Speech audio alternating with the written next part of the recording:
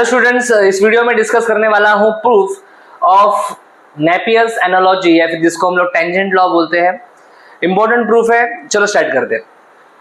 तीन डिफरेंट प्रकार के स्टेटमेंट्स इस टेंजेंट लॉ में या फिर नेपियर्स एनालॉजी में आप देखोगे, इसमें से कोई भी आया तो भी हम लोग सिमिलर वे में प्रूफ कर सकते हैं। तो इसमें से फर्स्ट वाला जो है स्टेटमेंट वो मैं आपको प्रूफ करके दिखाने वाला हूँ। चलो स्टार्ट करते हैं।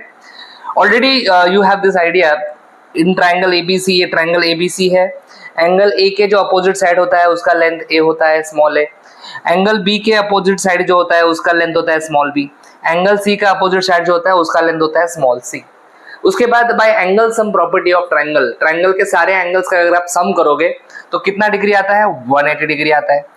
ए को उधर भेज दो राइट साइड में तो बन जाएगा minus a. Divide by 2 on both side, दोनों साइड्स को 2 से डिवाइड कर दो तो b plus c divide by 2 आएगा। 180 को 2 से डिवाइड किया तो 90 आएगा और यहाँ पे आएगा a बाई 2। क्लियर? तो ये वाला पार्ट थोड़ा सा टेक्स्ट बुक में नहीं दिया है, तो यस ये मैं यहाँ पे लिख रहा हूँ, यहाँ से आप स्टार्ट करना, आगे जाके ये यूज होने वाला है। उसके बाद साइन रूल ऑलरेडी हमने डिस्कस किया है। अगर आपने साइन रूल नहीं देखा है तो डिस्क्रिप्शन में आपको सारे थ्योरम्स का एक लिंक मिलेगा, प्लेलिस्ट का। आपको जो थ्योरम चाहिए देख सकते हो। यस, ये नेपियर्स एनालॉजी प्रूफ करने के लिए साइन रूल का हमें यूज करना है। तो साइन रूल अगर नहीं देखा है तो मैंने यहाँ पे फॉर रेफरेंस साइन रूल का स्टेटमेंट लिखा है जो हमने प्रूफ किया था। चलो स्टार्ट करते हैं। मैं इसमें से अभी फिलहाल आपके लिए फर्स्ट थ्योरम जो है वो प्रूफ करके दिखाने वाला हूँ। स्टार्ट कहाँ से करना है? स्टार्ट आपको यहाँ से करना है। यस, ये आपको उठाना है, राइट? क्या है? b माइनस सी अपॉन बी प्लस सी। तो मैं यहाँ पे ऐसे लिखूंगा, कंसिडर, यस कंसिडर करेंगे हम लोग b माइनस सी अपॉन बी प्लस सी। यस, अभी यहाँ पे जो b है ना बेटा, b आप देखो यहाँ पे, if you see carefully, b upon sine b is equal to 2r है। तो अगर साइन बी को मैं उधर भेजूंगा तो b का वैल्यू क्या आएगा? b का वैल्यू आ जाएगा 2r into sine b. Similarly c चाहिए ना आपको, तो c के लिए भी क्या करेंगे? Same thing, c upon sine c. Sine c को उधर भेज दो तो c का वैल्यू क्या निकल के आ रहा है? c का वैल्यू आ रहा है 2r साइन सी, राइट? तो हम लोग क्या पुट करेंगे b की जगह पे? b की जगह पे हम लोग पुट करेंगे 2r साइन b। तो 2r sine b minus 2r sine c upon, yes upon, same आएगा नीचे से, नीचे प्लस आने वाला है। नीचे क्या आने वाला है बेटा? प्लस आने वाला है नीचे। चलो बोलो, 2r sine b plus 2r sine c। Clear? ये कहाँ से है आपको समझा? Sine rule.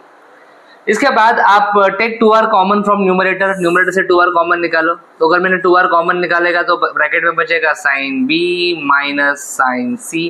नीचे अगर मैं 2r कॉमन निकालता हूं तो बचेगा sine b plus sine c। 2r will get cancelled, तो क्या बचा? बचा sine b minus sine c and नीचे बचेगा sine b plus sine c। यहाँ तक तो मेरे ख्याल से कोई प्रॉब्लम किसी को नहीं होना चाहिए, राइट? अभी आपने फैक्टराइजेशन के फॉर्मूला सीखे हैं, sine c minus sine d, sine c plus sine d. वो फॉर्मूलाज हम लोग यहाँ पे यूज करने वाले हैं। यस, थोड़ा सा नीचे रखता हूँ, यहाँ पे थोड़ा बड़ा कुछ लिखने वाले हम लोग। Sine b minus sine c है, sine b minus sine c, ये आ जाएगा 2, yes 2 cos b plus c by 2 into sine b minus c by 2, और नीचे है sine c plus sine d। ये क्या आएगा? यस, ये आता है कुछ इस प्रकार से, 2 sine, yes b plus c upon 2 into cos b minus c upon 2। Yes, 2 will get cancelled. Cos upon sine जो है, कॉस अपॉन साइन, उसको मैं कॉट लिख सकता हूँ। तो I can write here cot b plus c divide by 2। और यहाँ पे देखो आप, साइन अपॉन कॉस है तो ये साइन अपॉन कॉस क्या बनेगा? tan, है ना? सो tan b माइनस सी अपॉन 2, tan b माइनस सी अपॉन 2। हम लोग फर्स्ट रिजल्ट प्रूफ कर रहे हैं, जरा रिजल्ट के ऊपर ध्यान रखना। tan b माइनस सी अपॉन 2, यस ये आ चुका है, tan b माइनस सी अपॉन 2। b माइनस सी अपॉन बी प्लस सी तो हमने स्टार्टिंग में लिखा था। बस अभी ये वाला टर्म हमें चाहिए, cot a बाई 2।